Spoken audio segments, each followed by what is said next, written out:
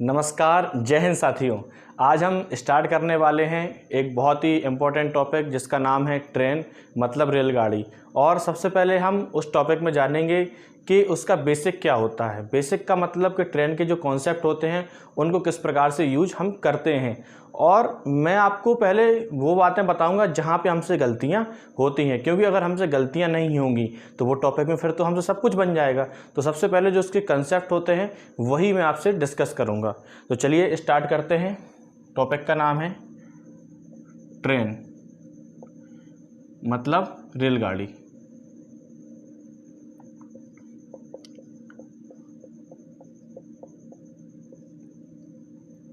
देखिए, ये जो टॉपिक है ये पूरा का पूरा जो हमने अभी टॉपिक पढ़ा है चाल समय दूरी, उससे ही संबंधित है। इसमें भी हम कुछ अलग नहीं पढ़ने वाले हैं। बस एक दो बातें हैं जो इसमें थोड़ी सी अलग हैं। सबसे पहले मैं आपको वही बताऊंगा, लेकिन मैं थोड़ा सा आपको पीछे की बातें भी रिवाइज करा देता हूं। जैसे हम जानते हैं कि चाल बराबर होता है दूरी बटे समय, दूरी बराबर होता है चाल गुणे समय, और समय बराबर होता है दूरी बटे चाल। ये सब बातें आपको याद होंगी।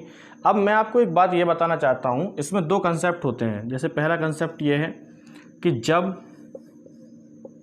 ट्रेन, याद रखिए यहीं पे सबसे ज़्यादा गलतियाँ होती हैं, जब ट्रेन किसी व्यक्ति, पेड़ या खंभे को पार करे तब दूरी क्या होती है या वो कितनी दूरी चलती है। कौन? रेलगाड़ी।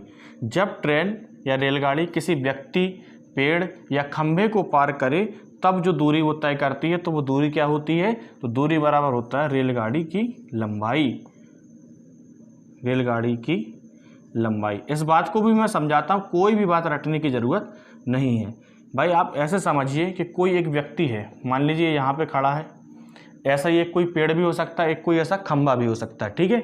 अब एक ट्रेन आएगी और इसको पार करेगी, तो आप बोलोगे कि ट्रेन मान लीजिए यहाँ पे आई और यहाँ से ये पार करना शुरू होगा कि नहीं भाई? यहाँ पे पहले इसके पास आएगी, फिर उसके बाद पार करेगी। तो आप बोलोगे जब वो इसको पूरा पार करेगी, तो आप बोलोगे फिर आखिरी ये होगा और शुरुआत ये हो जाएगा।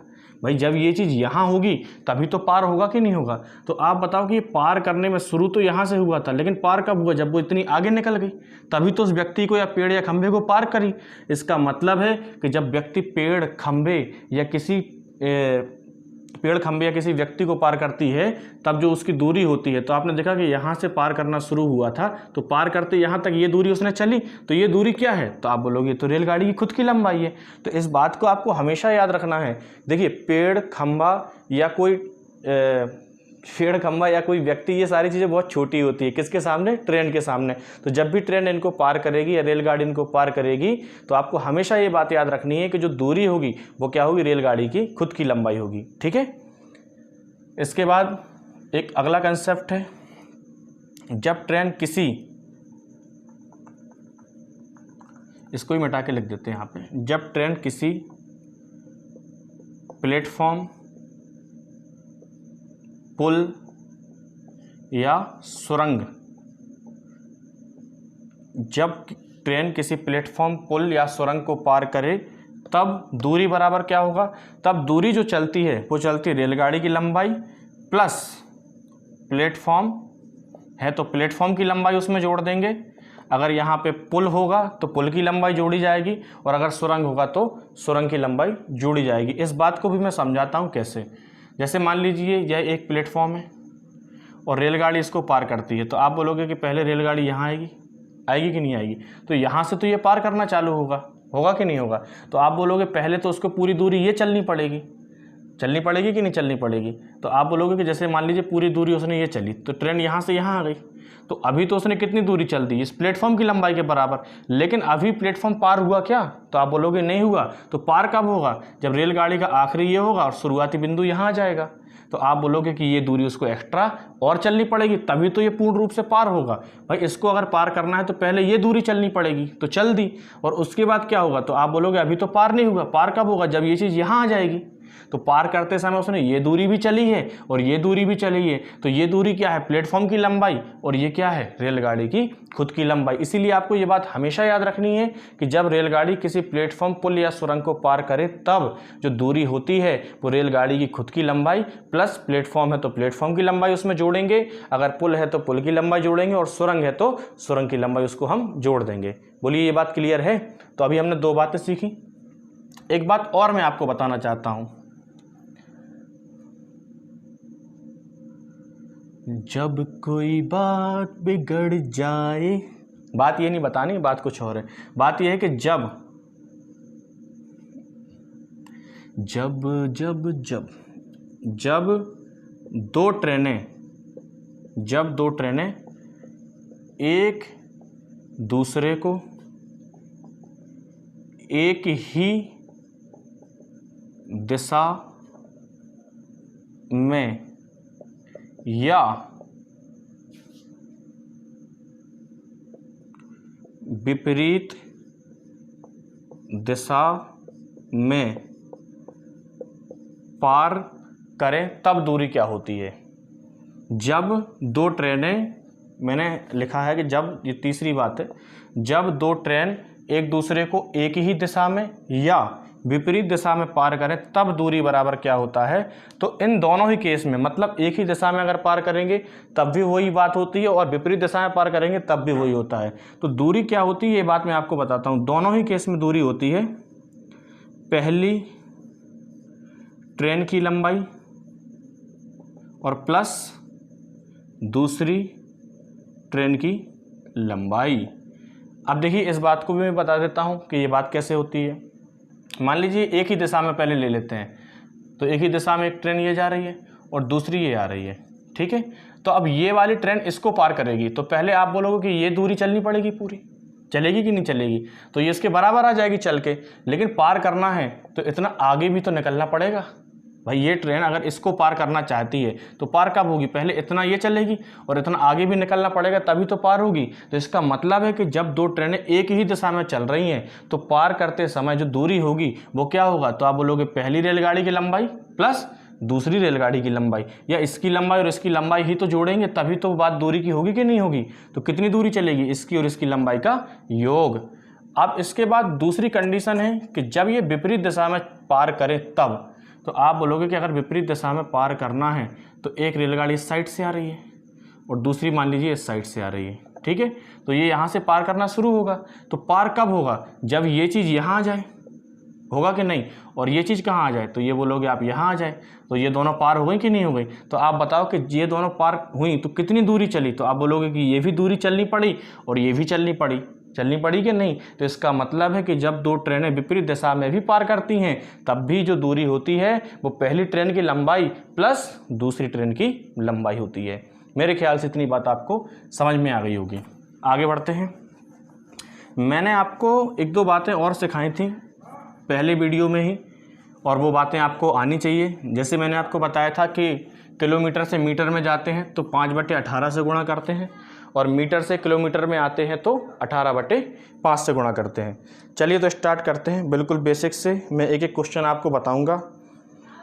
एक ट्रेन की चाल 72 किलोमीटर प्रति घंटे है और वो एक व्यक्ति को 5 मिनट में पार कर जाती है, तो ट्रेन की लंबाई क्या है। तो देखिए इस सवाल में कुछ भी नहीं है। वो कह रहा है ट्रेन की चाल दी गई है, समय दिया गया है, और हमसे कह रहा है कि ट्रेन की लंबाई क्या है, किसको पार करते समय, व्यक्ति को। और जब व्यक्ति को पार करती है तो जो दूरी होती है वो क्या होती है, ट्रेन की लंबाई। और हमसे दूरी निकालने को पूछ रहा है भाई। ट्रेन की लंबाई का अगर वो बोल रहा है तो इसका मतलब है कि वो दूरी निकालने का ही बोल रहा है। तो हम डायरेक्ट बोलेंगे कि ट्रेन की लंबाई बराबर किसकी होगी, तो आप बोलोगे कि ये दूरी के बराबर होगी कि नहीं होगी। और दूरी बराबर क्या होता है, चाल गुणे समय। तो चाल दी गई है 72 और समय दिया गया है कितना, 5। ये मिनट में है, बोलो है कि नहीं है। तो ये 72 किलोमीटर प्रति घंटे है और ये क्या है, मिनट में है। तो ये भाई किलोमीटर प्रति घंटे है तो समय भी घंटे में होना चाहिए। तो आप बोलोगे ये मिनट में है, घंटे बदलना है तो 60 से हम भाग दे देंगे। तो आप बोलोगे 12×6 72 और 12×5 60। आप बताओ 5 से 5 कट जाएगा तो दूरी कितनी आ जाएगी, आप बोलोगे 6 किलोमीटर दूरी आ जाएगी। ठीक है, बिल्कुल बेसिक सवाल था।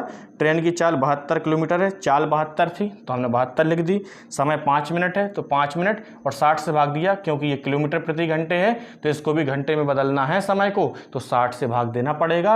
और दूरी बराबर होता है चाल गुणे समय। इसको सॉल्व करेंगे तो कितना आ जाएगा, दूरी 6 किलोमीटर। और 6 किलोमीटर ही क्या होगी, ट्रेन की लंबाई भी होगी। बोलो बात क्लियर है। आगे बढ़ते हैं। अगला क्वेश्चन है, एक ट्रेन की लंबाई 171 मीटर और चाल 45 किलोमीटर प्रति घंटे है, तो 229 मीटर लंबे प्लेटफॉर्म को ट्रेन कितनी देर में पार करेगी। देखिए कितनी देर में पार करेगी मतलब समय पूछ रहा है, तो समय हमें निकालना है। तो समय बराबर क्या होता है, दूरी बटे चाल, यही होता है। तो इस बार जो ट्रेन है, ट्रेन की लंबाई दी गई है और प्लेटफॉर्म की लंबाई दी गई है। तो प्लेटफॉर्म को जब पार करती है तो मैंने आपको बताया है कि जो दूरी होती है वो रेलगाड़ी की लंबाई प्लस प्लेटफॉर्म की लंबाई। तो आप बोलोगे कि रेलगाड़ी की लंबाई तो 171 है और प्लेटफॉर्म की लंबाई कितनी है, 229, तो ये तो दूरी हो गई। ठीक है, ये किस में है, मीटर में। और चाल है उसकी कितनी, 45 किलोमीटर प्रति घंटे, तो 45 से भाग दे देंगे। लेकिन ये मीटर में है तो चाल किस में होनी चाहिए, मीटर प्रति सेकंड में होनी चाहिए, क्योंकि हमारे ऑप्शन में जो आंसर है वो सारे सेकंड में दिए गए हैं। इसीलिए हम चाल को क्या बनाएंगे, मीटर प्रति सेकंड, मतलब 5/18। तो आप बोलोगे ऊपर जोड़ेंगे तो कितना आएगा, 400 बटे 45 गुणे 5, और ये 18 ऊपर चला जाएगा। तो आप बोलोगे 9 पना 45 और 9 दूनी 18, 5 25 हो जाएगा, या 5 से भाग दे देते हैं तो 5 8 40 जीरो, और 5 का भाग देंगे 80 में तो कितना आएगा, 16। भाई 5 एकम 5, 3 बचा, 5 छक्के 30, 16 दूनी कितना आ जाएगा, 32, और ये आंसर किस में होगा, सेकंड। तो कितना समय लगेगा, 32 सेकंड का समय लगेगा। ठीक है, अगला सवाल है, एक ट्रेन में 12 बोगी हैं और प्रत्येक बोगी की लंबाई 15 मीटर है।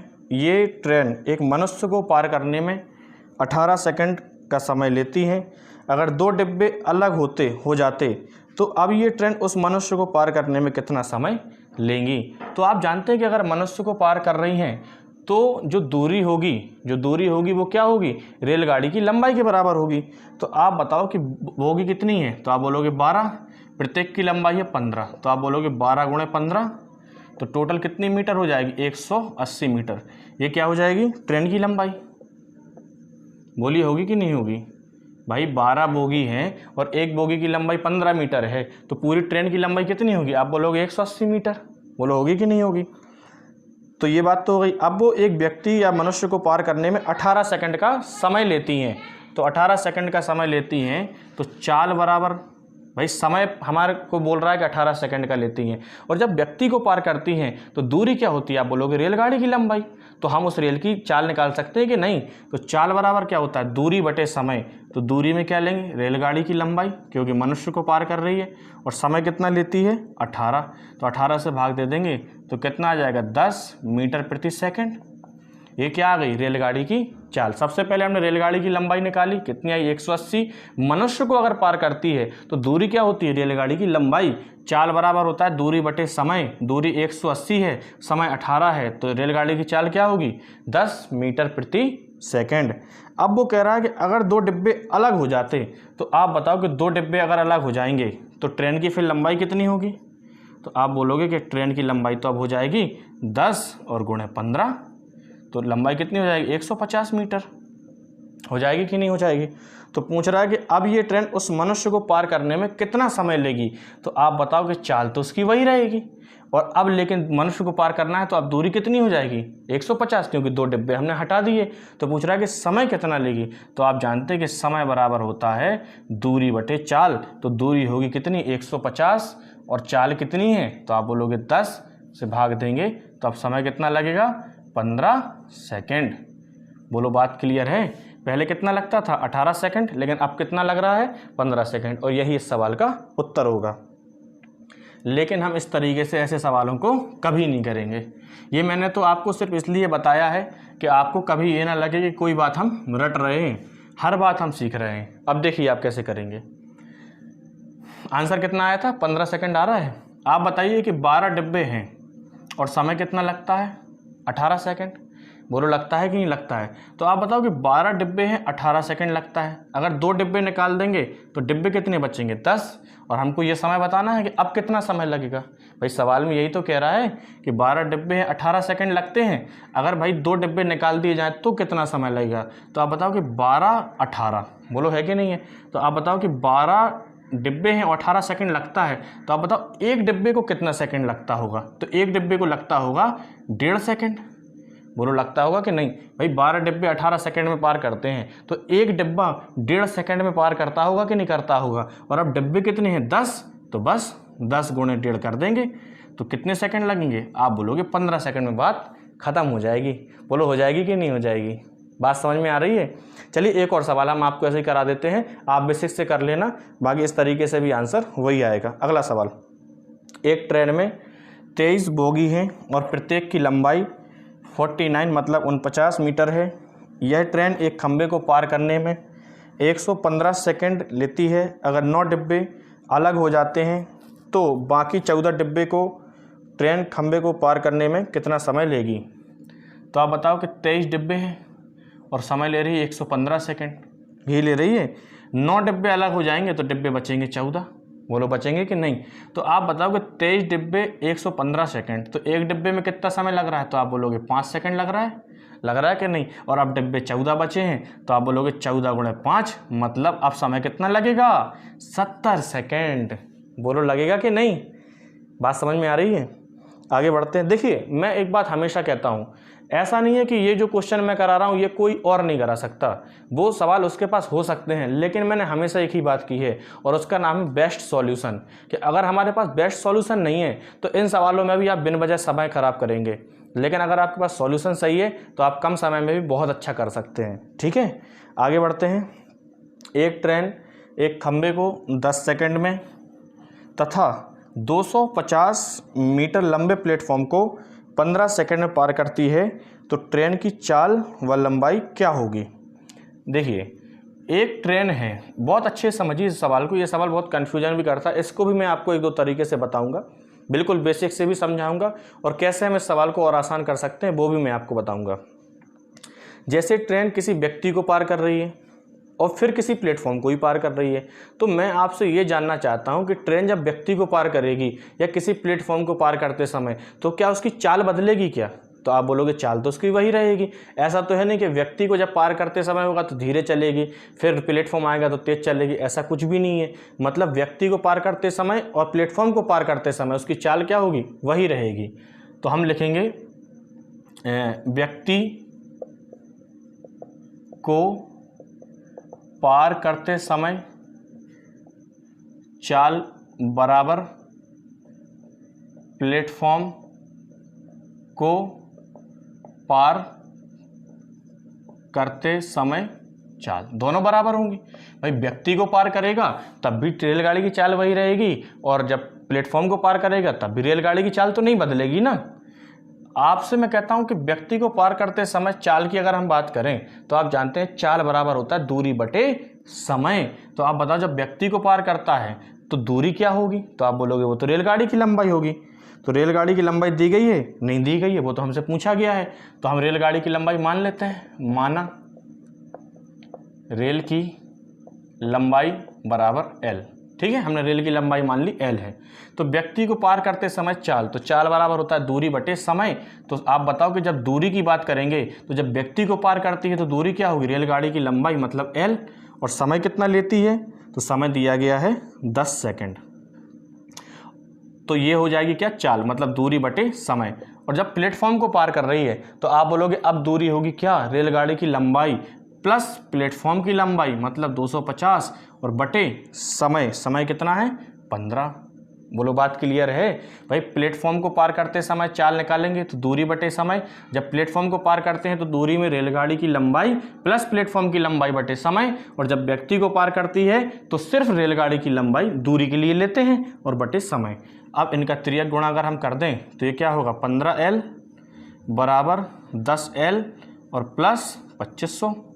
तो आप जानते हैं ये इस साइड आएगा तो क्या हो जाएगा, 5L बराबर 2500। तो यहाँ से L का मान क्या आ जाएगा, तो L का मान आ जाएगा 5 का भाग देंगे तो पचम 25 500, मतलब रेलगाड़ी की जो लंबाई है वो कितनी है 500 मीटर है। अब हमसे रेलगाड़ी की लंबाई पूछी तो ये तो 500 मीटर आ गई, और क्या निकालना है, उसकी चाल भी निकालनी है। तो मैं कहता हूँ आप ये एल का मान 500 चाहे इस साइड रख दो या इस साइड रख दो, क्योंकि ये दोनों ही चाल हैं। मैंने बताया चाल कभी नहीं बदलेगी, आप इस साइड उस साइड किसी भी साइड रख देंगे एक साइड, आंसर उसका वही आएगा। तो चाल निकालनी है तो मैं यहीं रख देता हूँ, क्योंकि यहाँ एल का मान डायरेक्ट रख देंगे तो 500 और बटे 10, तो चाल क्या जाएगी 50 मीटर प्रति सेकेंड। मैं कहता हूँ आपका मन नहीं मान रहा, आप इस साइड रख दो, एल का मान 500 रखोगे, यहाँ 500 और 250 तो कितना हो जाएगा 750 और बटे 15, तो 15 पना 75, तब भी क्या आएगा 50 मीटर प्रति सेकेंड। बोलो आएगा कि नहीं आएगा। लेकिन ये सारे तरीके बिल्कुल बेसिक तरीके हैं और इस तरीके से हमको नहीं करना है। मैं आपको बताता हूँ हमको कैसे करना है। ये भी कंपटीशन लेवल के तरीके हैं, ये ऐसा नहीं है कि बिल्कुल बेसिक ही है जो 10वीं क्लास में होता था। ये भी कंपटीशन की तरीके हैं और टीचर आपको ये भी पढ़ाएंगे, ऐसा नहीं है, ये भी अच्छी बात है, ये आना चाहिए। लेकिन अब हम जब आगे बढ़ रहे हैं तो कंपटीशन में कुछ हमको अलग भी करते आना चाहिए, क्योंकि तभी तो हम अपना समय बचाएंगे। चलिए तो मैं आपको बताता हूँ।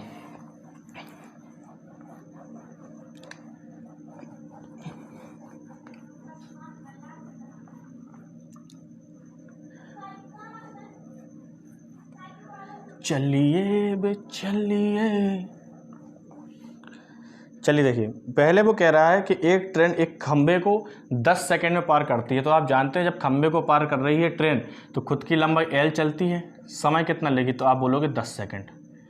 बोलो लेगी कि नहीं भाई, हम लोग ट्रेन की लंबाई क्या मान ली, एल मान ली, समय कितना लगता है, आप बोलोगे 10 सेकंड। इसके बाद वो कह रहा है कि 250 मीटर लंबे प्लेटफॉर्म को, मतलब जब प्लेटफॉर्म को पार करेगी तो आप जानते हैं कि एल प्लस 250 और समय कितना लगा, तो आप बोलोगे 15 सेकेंड। बोलो लगा कि नहीं लगा। अब हमें यहाँ से रेलगाड़ी की चाल और लंबाई दोनों निकालनी है। तो आप मुझे एक बात बताओ कि एल को समय लग रहा था 10, भाई एल दूरी चलने में कितना लग रहा था 10, लेकिन एल प्लस 250 हुआ तो आप बोलो 15 लग रहा है। तो आप बताओ कि कितना एक्स्ट्रा लग रहा है, तो आप बोलोगे 5 एक्स्ट्रा लग रहा है। क्यों लग रहा है, क्योंकि 250 एक्स्ट्रा चलनी है। तो आप बोलोगे यहाँ कितना ज़्यादा हुआ, तो आप बोलोगे 5। क्यों ज़्यादा हुआ, क्योंकि यहाँ पे कितना ज़्यादा चलना पड़ रहा है 250 मीटर, तो आप बोलोगे 5 सेकंड ज़्यादा हुए। कब, जब 250 मीटर बढ़ा तो 5 सेकंड में कितना चलेगा 250, तो मैं कहता हूँ 1 सेकंड में कितना चलेगा, तो आप बोलोगे 50। तो बस हो गया आंसर। ये क्या है, चाल। क्योंकि 1 सेकंड में, मैंने पहले वीडियो में बताया था कि चाल क्या होता है, एकांक समय में चली गई दूरी, 1 सेकंड में चली गई दूरी, 1 घंटे में चली गई दूरी, यही क्या होती हैं, चाल होती हैं। तो 1 सेकंड में कितना चलेगा 50, तो ये चाल क्या हो जाएगी 50 मीटर प्रति सेकंड। बोलो होगी कि नहीं होगी। अब कोई कहे कि दूरी क्या होगी या ट्रेन की लंबाई क्या होगी, तो आप बताओ कि 1 का मतलब 50 है, तो 10 का मतलब क्या होगा, तो आप बोलोगे 10 का मतलब 500। तो 10 का मतलब 500, मतलब एल का मान क्या आ जाएगा 500 मीटर, मतलब रेलगाड़ी की लंबाई 500 मीटर होगी। मैं कहता हूँ आप यहाँ रख लेना। तो 1 का मतलब 50 है, तो 15 का मतलब क्या होगा 750, तो ये 250 घटाना भी तो पड़ेगा, तब भी क्या आएगा, बोलो 500 ही आएगा कि नहीं आएगा, आएगा कि नहीं। कुछ पल्ले पड़ रहा है मैं क्या कर रहा हूँ, मैंने कुछ नहीं किया। रेलगाड़ी की लंबाई 10 सेकंड में, जैसे ये 250 बढ़े तो आप बोलोगे 15 सेकंड, तो 5 सेकंड एक्स्ट्रा लगेंगे। क्यों, क्योंकि 250 मीटर एक्स्ट्रा चलना है। तो 5 सेकंड में 250 मीटर चलेंगे एक्स्ट्रा, तो 1 सेकंड में कितना चलेंगे, आप बोलोगे 50 मीटर चलेंगे। चलेंगे कि नहीं भाई, 1 सेकंड में 50 मीटर चलेंगे और यही उसकी चाल हो जाएगी। तो 10 सेकंड में कितना चलेंगे, तो आप बोलोगे 10 सेकंड में तो 500 चलेंगे, और 500 ही क्या हो जाएगी रेलगाड़ी की लंबाई। देखिए एक और सवाल इसी टाइप के मैंने लिए हैं, आपको समझ में आएगा आगे भी। इसको मिटा देते हैं। देखिए ये तरीके बहुत अच्छे हैं, इनमें कोई ऐसा नहीं है कि कोई कठिनाइयाँ हैं, कोई परेशानी है, सारे तरीके ही आसान हैं। एक ट्रेन एक खंबे को 12 सेकंड में तथा 180 मीटर लंबे प्लेटफॉर्म को 18 सेकंड में पार करती है, तो ट्रेन की चाल व लंबाई क्या है।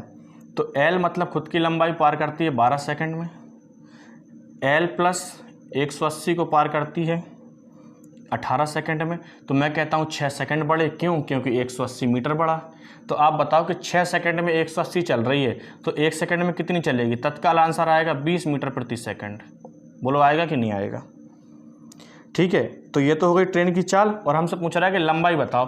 तो आप बताओ कि 1 का मतलब 30 है, तो 12 का मतलब क्या होगा, 12 3 36, मतलब 360 मीटर क्या हो जाएगी ट्रेन की लंबाई। बोलो बात समझ में आई। ये भी तो हमने वैसे ही किया। देखिए और सवाल ले लेते हैं। 100 देखिए अब यहाँ पे 2 प्लेटफॉर्म है तब भी कोई दिक्कत नहीं है। एक ट्रेन 160 मीटर लंबे प्लेटफॉर्म को 20 सेकंड में पार करती है तथा 120 मीटर लंबे प्लेटफॉर्म को 19 सेकंड में पार करती है, तो ट्रेन की चाल व लंबाई क्या है। तो जब L + 160 होता है तो उसको समय लगता है 20 सेकंड, L + 120 होता है तो समय लगता है 19 सेकंड। तो आप बोलोगे 1 सेकंड कम लगा, क्यों? क्योंकि 40 मीटर कम चले। बोलो चले कि नहीं? तो आप बताओ 1 सेकंड में कितना और चल सकते थे? 40 मीटर। तो 1 सेकंड में चली गई दूरी ही क्या कहलाती है? चाल। तो 40 मीटर प्रति सेकंड चाल हो गई। अब हमसे पूछ रहा है कि रेलगाड़ी की लंबाई और बताओ, या ट्रेन की लंबाई। तो 1 का मतलब 40 है, तो आप बताओ 20 का मतलब क्या होगा? आप बोलोगे 800 होगा कि नहीं? तो आप बताओ ये 800 किसके बराबर है? तो आप बोलोगे L + 160 का मतलब 800 है, तो L का मतलब क्या होगा? आप बोलोगे 800 और माइनस 160, तो L बराबर क्या आ जाएगा? 0। 10 में से 6 जाएगा 4 और 7 में से 1 जाएगा 6, तो लंबाई कितनी आ जाएगी? 640 मीटर। बोलो आएगी कि नहीं आएगी? आगे बढ़ते हैं। 220 मीटर लंबी एक ट्रेन जिसकी चाल 50 किलोमीटर प्रति घंटे है और दूसरी 180 मीटर लंबी एक ट्रेन जिसकी चाल 40 किलोमीटर प्रति घंटे है, एक दूसरे की ओर चलती हैं, तो वे एक दूसरे को कितनी देर में पार कर देंगी। बेसिक सवाल है, समय पूछ रहा है और एक दूसरे को पार कर रही हैं। मैंने बताया है आपको कि जब रेलगाड़ी एक दूसरे को पार करती हैं, किस दिशा से करती हैं? एक दूसरे की ओर चलती हैं, मतलब विपरीत दिशा में चलती हैं। तो आप बोलोगे दूरी क्या होगी? रेलगाड़ी की लंबाई। भाई समय निकालना है तो समय बराबर क्या होता है? दूरी बटे चाल। तो दूरी तो होगी दोनों रेलगाड़ियों की लंबाई का योग, दोनों रेलगाड़ी की लंबाइयों का योग। तो 220 और प्लस 180 बटे, और एक दूसरे की तरफ चल रही हैं तो चालें क्या हो जाएंगी? जुड़ जाएंगी। तो 50 और प्लस 40। आप जानते हैं कि ये मीटर में है और ये किलोमीटर प्रति घंटे है, तो इसको हम किस में बदल देंगे? मीटर प्रति सेकंड में। तो 5/18 करेंगे तो 18 कहाँ चला जाएगा? चलो 18 को यहीं लिख लेते हैं।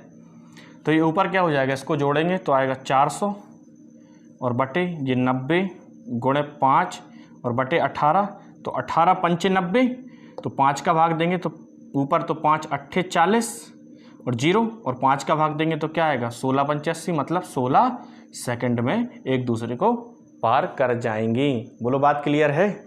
मेरे ख्याल से इतना आज के लिए काफ़ी है। रेलगाड़ी के कुछ बेसिक भी क्वेश्चन कर लिए हमने और कुछ बेसिक कंसेप्ट भी सीखे हैं। बाकी आगे की बातें हम लोग कल की वीडियो में करेंगे। इतना आप सभी लोग पढ़ के आएँ। मुझे उम्मीद है कि ये सारी बातें आपको समझ में आई होंगी।